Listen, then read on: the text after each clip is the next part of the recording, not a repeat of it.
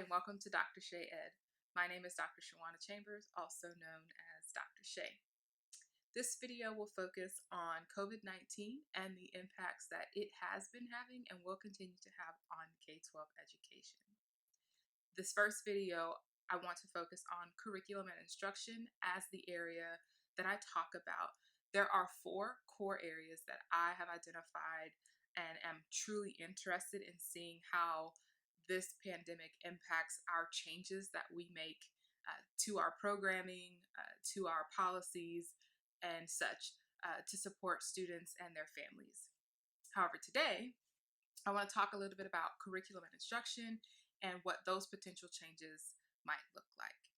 So the first thing with curriculum and instruction, in the US, in public schools, we have typically relied on a face-to-face instruction model. While there are some innovative schools across the country that have embraced blended learning and embraced online learning, we even have full online classrooms, full online schools.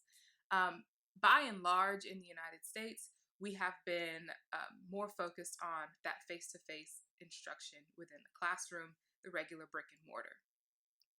However, as COVID-19 has swept us, we have been forced to move toward a more blended or online approach. This past spring, we were fully online. Students were getting all of their instruction via videos and live synchronous sessions with their teachers. Schools had adopted learning management systems, also known as LMSs, like Google Classroom, Canvas, Moodle, Blackboard, etc. So we are seeing this drastic shift in the way that we deliver instruction to students.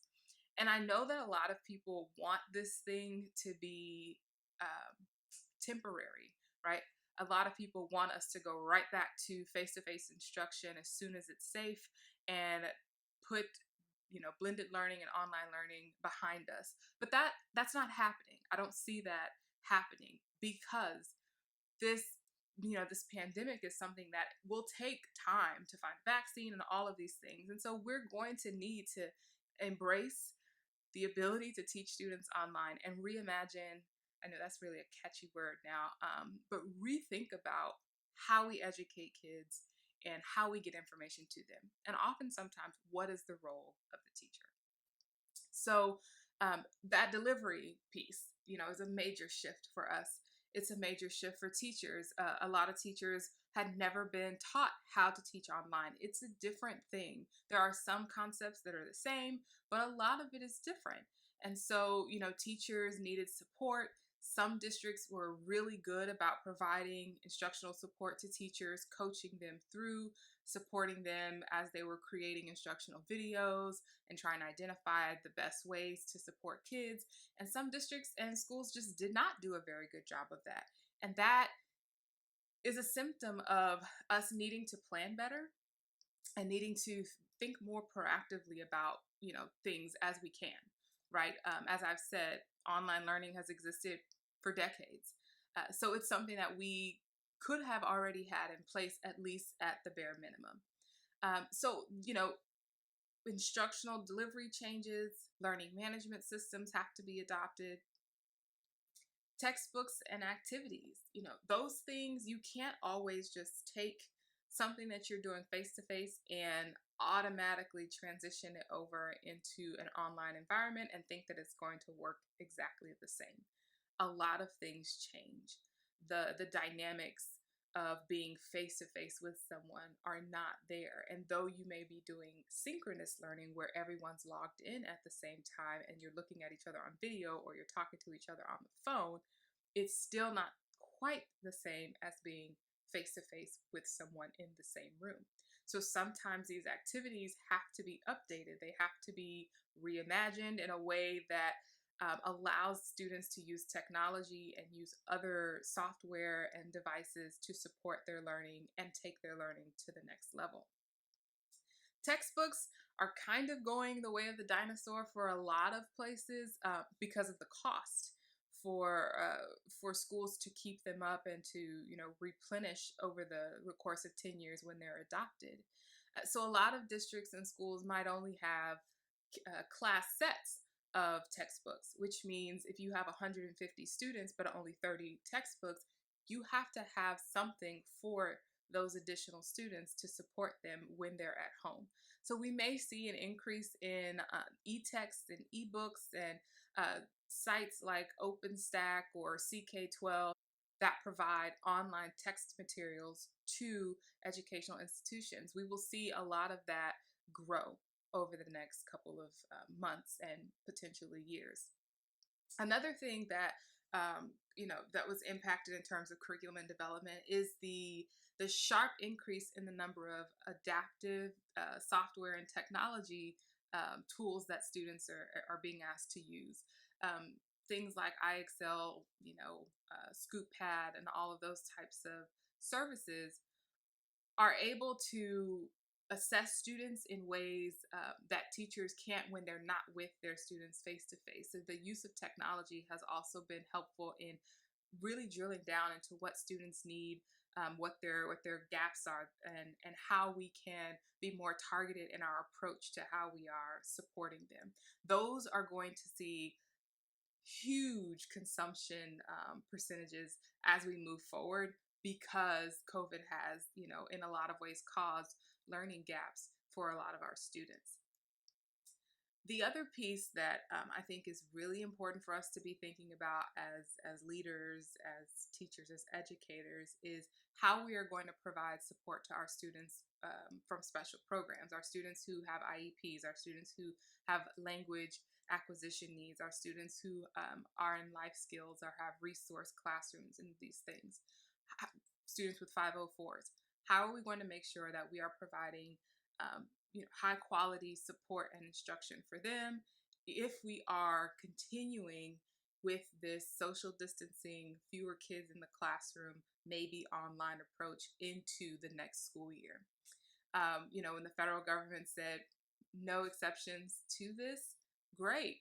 We had to come up with a plan. How are we going to make sure that these students are being serviced the way that they need to be serviced? So the next thing I want to talk about in terms of curriculum and instruction is the potential for new curriculum adoptions that districts may be considering as a result of COVID. Typically, curriculum is written with the face-to-face instructional model as the default, right? And so, considering that we may be moving into more online learning in the fall, the fall semester, districts need to revamp their curriculum and determine, can this curriculum be successfully utilized online, or do we need to adopt something that has a more blended approach to it, or something that is more conducive to it being online if we need to shut down for 2 weeks, right? So that means looking at curriculum that already has integration with Google Classroom, already has integration with Canvas or whatever LMS system they use, and the ability for the activities to be transformed to the online environment without a lot of heavy work on the teacher during, at the beginning.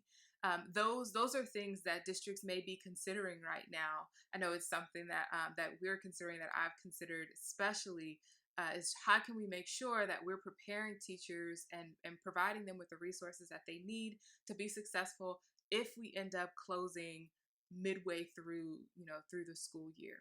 If students can't get access to the books that were in the classroom, or can't get access to the materials that were in the classroom, is there a way for us to still offer our curriculum online without heavy modifications? That's going to be something that hopefully districts have already been thinking about, and what that means for the beginning of the new school year. The last thing that I want to quickly talk about, and I'll talk about it a little bit more in another video when we talk about access and equity, is what the beginning of the new school year looks like for districts. That could be something that your district may be considering. Are we doing the first 3 weeks as more of a very intense review of everything that was supposed to have been taught in the last quarter of the school year? Or are we going to just go right into the beginning of this new grade level and learning new content and hope that we, fill it in as we go? Are we going to do mandatory tutoring? Are we going to do any type of summer work? All of those things are I think, questions that district leaders and teachers and school leaders, questions that they have and questions that they're considering as we talk about and think about what education looks like post COVID. I don't think we're in a place yet where we can talk about all of the impact or even foresee all of the different areas that this pandemic has hit in K-12 education. But I think we're in a very unique position right now where we can think about what has happened. We can think about the way we responded, and we can think about how we can make our responses better in the future. And if that means completely redoing something for the sake of, hey, this halfway worked, then I think we have a responsibility to do that. But every district is different, every charter network is different, every school is different. But these are just some things that go through my head on a daily basis as we talk about where we go from here after COVID. So thank you for watching this video today. The next video will talk about access and equity and what we've learned, or what I've learned truly, from COVID in relation to what we can do better as educators to support all of our students, especially our most vulnerable populations. Please take a moment to subscribe if you don't already subscribe, share this video with others, and ask questions in the comments. I am more than happy to respond, and if I don't have the answer, I will definitely find it for you. Thank you.